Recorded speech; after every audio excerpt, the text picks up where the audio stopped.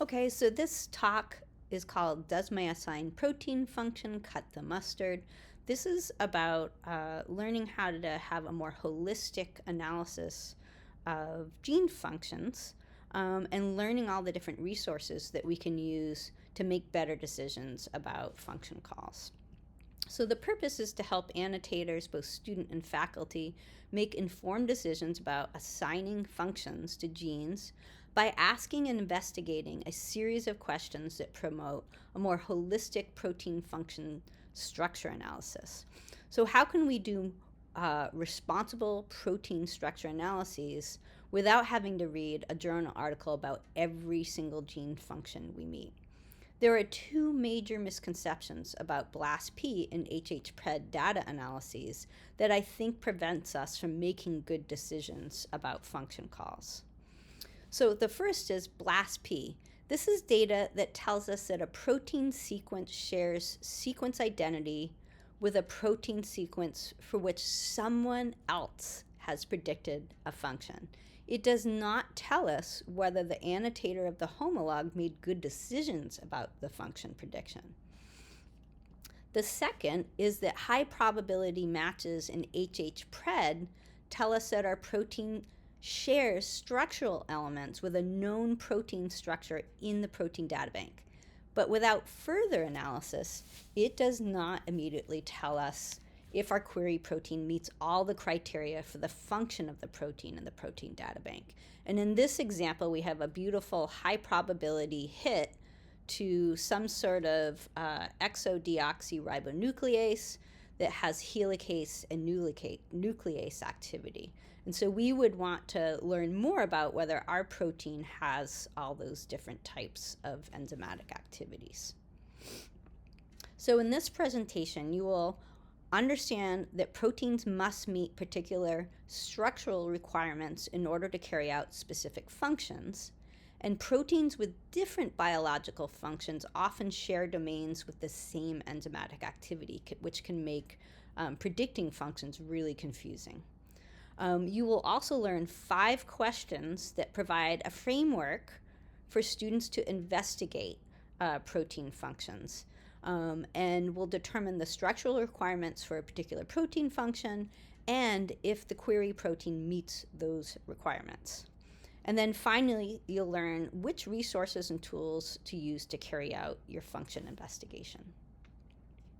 So my favorite example to teach students about why we have to look at the entire protein structure and sequence in order to determine out function is the example of the terminase, because this is a protein that most students know about. They know that this is a protein that exists either as a single subunit or 2 different subunits, and that overall what this protein does is it recognizes specific sequences in the phage DNA. This phage DNA is typically in the form of a long concatemer holding multiple phage genome units.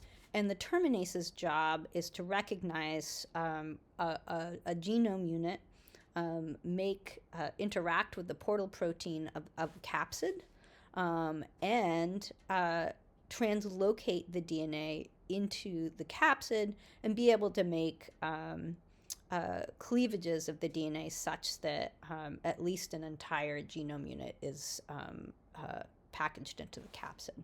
In order to do that, if we look at just the large subunit terminase, it has 2 really important domains. It has an ATPase domain that's involved in translocation of the DNA into the capsid, and it also has a nuclease domain that can make cleavages in the DNA such that at least a whole genome unit enters the capsid. So proteins with different biological functions, however, can share domains with the same enzymatic activity. So in this example, the terminase has an ATPase domain, but there are many proteins with the exact same flavor of ATPase domain that have very different biological functions. And for example, here's a the same type of AAA ATPase that might be found in a terminase is also found in a primase polymerase protein, a DNA B helicase, REC-A, and a DNA polymerase. And these are all protein functions one might find in a phage genome. So one of the tools that we rely on most heavily for predicting gene functions, of course, is HHPRED, where we enter some sort of protein sequence, and then the protein sequence is analyzed for secondary structure and motifs and compared with known crystal structures in the protein data bank. And then it'll spit out alignments that help us understand what are the shared motifs, the sequence alignments between two proteins. So in this example, we have a high probability hit to this nuclease protein that I showed you earlier. And it can be really tempting to just go with that hit, calling it, in this case, it's this gene was called a REC-B like exonuclease helicase. And it's very tempting to call it that function because it has such a nice high quality hit to this protein, and it becomes even more tempting to call it that function when you look at BLAST-P results and recognize that you have these perfect alignments with proteins in phages DB that are also called the same function. But that's making two dangerous assumptions. One is that in the HHPRED alignment, our query protein, we're assuming that the query protein aligns to all the domains necessary for the function of that protein, right? So if we go back, we would be assuming that this protein alignment includes both helicase and nuclease domains. The other assumption we're making is that all the people that called that same function for that homologous phages DB validated their analysis and determined whether the protein includes all those necessary structural features for the assigned functions. And I think we know that that's not true because the path of least resistance is probably playing the matching game and not doing these more detailed structure analyses. So a protein is the sum of all of its functions, right? And so here we have a little reflective protein that has an ATP domain trying to figure out who it is. It really matters what all the different parts of this protein add up to in order to figure out what its function is. So here's a series of questions that I have students review when they're doing function calls. First, I have them ask, what does the gene location in the genome tell me about what I can expect for a function call?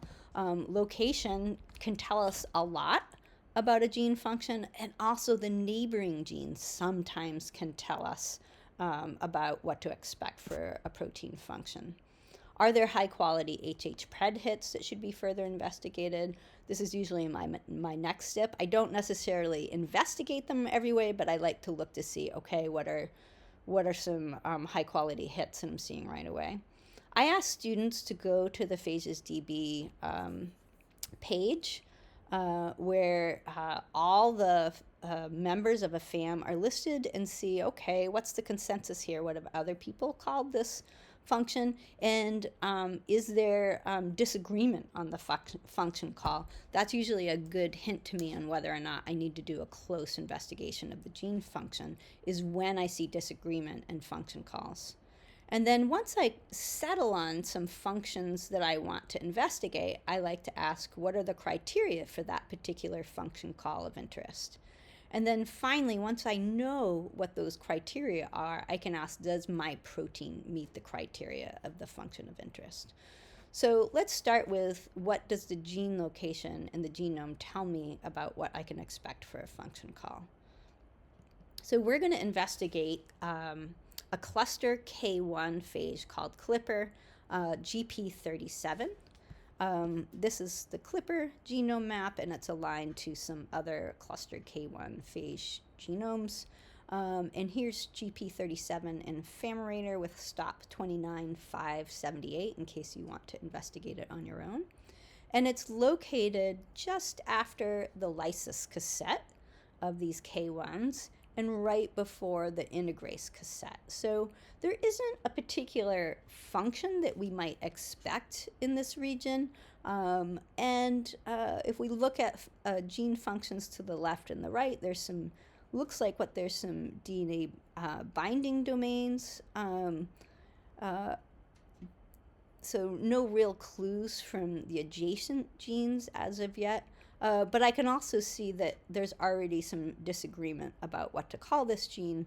We can see some people have called it the MRE11 double-strand break endoexonuclease. Other people have called it metallophosphatase.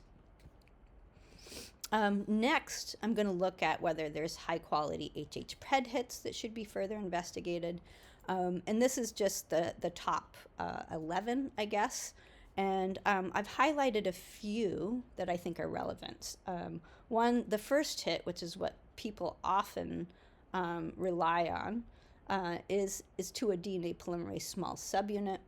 And if you look at it a little more closely, you can recognize that it's matching up to an exonuclease subunit. The second is a phosphodiesterase. And the third is a double-strand break repair protein MRE11. Okay, so I'm kind of interested in that one because I saw that in Famarator.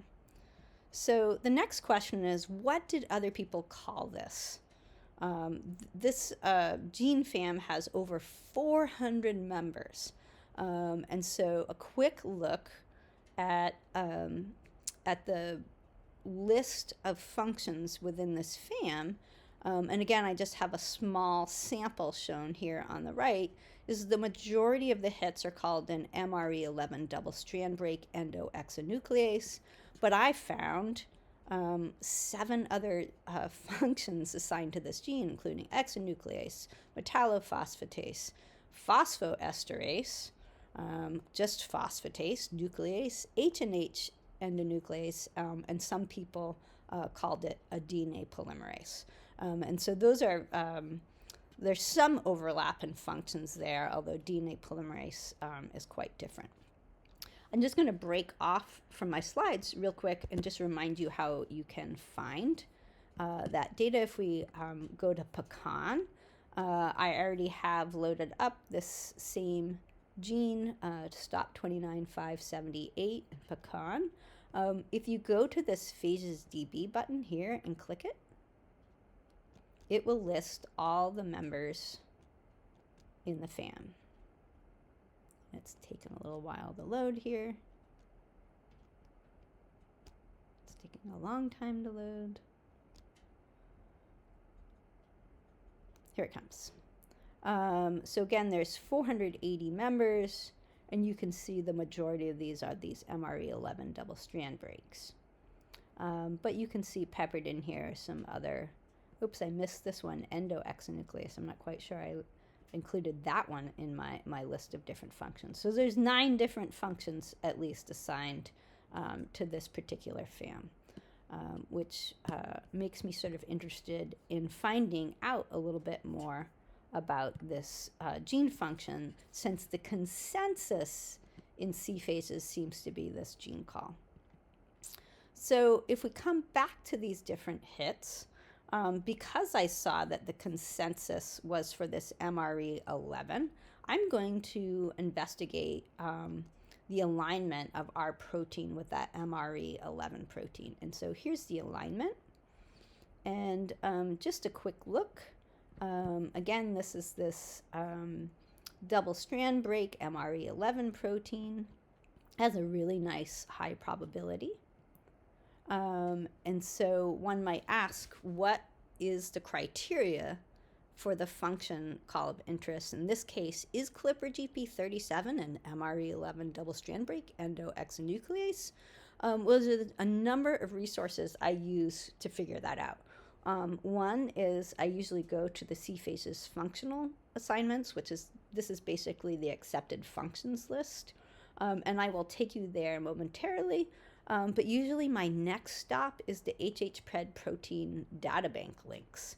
And remember that you can put all kinds of databases in your HH-pred analysis. I typically stick to the protein data bank hits because they provide usually quite a bit of extra information about the annotation of those proteins.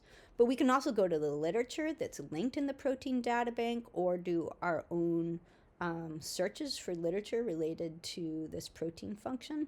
And another resource, which I actually didn't use in this particular talk, is going to cphages.org and looking at that specific function in the forum to see if other faculty have grappled with this particular gene function. So if we go to our HH-pred alignment to the MRE11, the first thing I look at is the alignment itself. And so our alignment begins with residue 141 of Clipper, and it's aligning to residue 19 of this MRE11 protein. And the alignment goes through to most of our protein, to residue 397. This is a 402 residue protein. But it only goes to residue 255 of MRE11, and I can see that there's the C terminus of this protein is not lining up. So if we think about that, a quick sketch of what this looks like, and of course this isn't to scale, is that sort of the end of our protein is aligning to more or less the beginning of the MRE11 protein. So does Clipper GP37 align to all of the really important parts of MRE11 in order to have the same function? Also, what does an MRE11 double-strand break endoexonuclease need structurally in order to do its job? And so this is where we have to do some amount of homework. So the first place to start is clicking on the link to the protein data bank.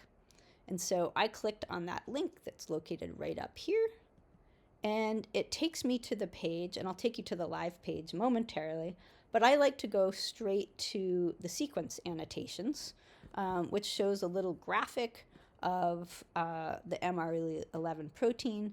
And my favorite thing is when there's PFAM annotations, you can click on the PFAM annotation and this little window will pop up and tell you something about that annotation. And this domain right here runs from residues 21 to 210, and it's telling us that it's a calcineurin-like phosphoesterase, which is another word for phosphatase. And this, in parentheses, is telling us what flavor phosphatase it is, and it's a metallophosphatase domain. And the important thing to notice is this alignment, that this domain runs from amino acids 21 to 210. This other annotation, if you click on it, I learned that it has something to do with a RAD50 binding domain. And this runs residues 341 to 384. And so if we go back to our alignment, we can see that our alignment runs 19 to 255. So this includes that entire metallophosphatase or phosphoesterase domain. But the alignment does not include that RAD50 domain. So we can learn, I think it's important to learn a little bit more about the criteria of the function call.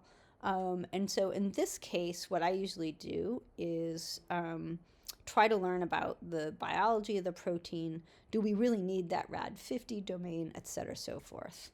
And so what I did was, let me just actually, before I show you what I did, let me take you live to the protein data bank. So here is the hit to the MRE11 protein. I wanted to show you that I just clicked on this link. This link takes us to the entry for this particular crystal structure. And there's lots of things that you can learn here. Students can look at the ribbon diagram. Down here, usually there is a link to the paper that describes, a published paper that describes this particular protein. This one has not yet been published, which usually I read the abstract, and sometimes I can learn everything I need to know just from reading the abstract. And of course, there's no no publication here. Here is the sequence annotation, and you can hover on the PFAM annotations and learn about that domain. Here's the RAD50 domain. If you want even more busy graphics, you can push expand. And sometimes this has more helpful annotations from other sources. So again, this is a little bit more than what I needed. So let me take you back to the talk. I wanted to know more about the MRE11 RAD50 function. And so I just did my own lit search about this protein, and I found, I usually like to find papers that have really nice graphics in them and protein alignments. This one didn't have a protein alignment telling me about conserved residues or anything like that, but it had this nice little graphic that told me what are the domains it takes to be MRE11. And here's that the metallophosphoesterase domain. Here's the RAD50 domain. And if you read this paper, you can find out that these 3 different proteins have to form a complex in order to do its job. And they're essentially recognizing double strand breaks and initiating the steps for repair for double strand breaks. But it has to be able to form these complexes. So I know that having this RAD50 binding domain would be important for the MRE function, and our protein doesn't appear to have that domain. If we go to the accepted functions list, the entry for MRE11 double-strand break endoexonuclease is not that very helpful. There's no information about it here. And there's not even a gene example where this has been called before. But I did look up metallophosphatase because that was one of the other function names used in PhagesDB. And this has a helpful entry. And it tells us that after the lysis cassette and K phages, there's this great hit, right? And here's that DNA polymerase hit, which is really probably to the phosphoesterase domain of the DNA polymerase 2 subunit. And then it also has hits to MRE11. But this is telling us that we really want to call this a metallophosphatase family until further notice. We should probably move this information to the MRE11 slot, otherwise, which tells us why maybe a lot of people are missing this information. And so I didn't have to do too much homework, but just by using the protein data bank, I could come to the conclusion that it was not safe to call it an MRE11 double-strand break endoexonuclease. And in fact, we have called this protein a metallophosphatase. But if you really want to dot your I's and cross your T's, I did go and look to see whether they had these motifs, and I didn't actually see these motifs in the sequence alignment. And so sometimes it's important to do your own homework on motifs. So what I did was, again, there was no paper published with that crystal structure. I just did a Google. My favorite way of finding information about motifs, conserved motifs in a protein, I either read the papers associated with the protein data bank, and again, that particular hit didn't have one, or the other thing I do is I do a Google search for the protein function, and I use keywords conserved motifs, protein alignment, and then I click images. And the first hit for this search, bacterial metallophosphatases, conserved motifs, protein alignment, gives me this particular paper right here. And I went and looked at this paper and found out that these conserved motifs are important in metallophosphatases. and that these histidines and aspartates, et cetera, so forth, play an important role in binding the metal ion that is key for activating activating the water molecule that carries out the hydrolysis of the phosphate group that's removed. And you can go and look at your alignments and find those key motifs. So perspective is everything. And looking for, trying to figure out protein functions, it's so tempting to focus in on our hits in HH-Pred and make really large assumptions about what protein functions are based on one hit in HH-Pred. We really have to look at the entire protein hit and our entire query protein to make good decisions about protein functions. Otherwise, we're like these blindfolded scientists that are all investigating really small parts of an elephant and coming to some pretty poor conclusions about what they've identified. I hope this helps a little bit with your protein investigations, and feel free to reach out to me with any protein function that you come across that you need some more help with.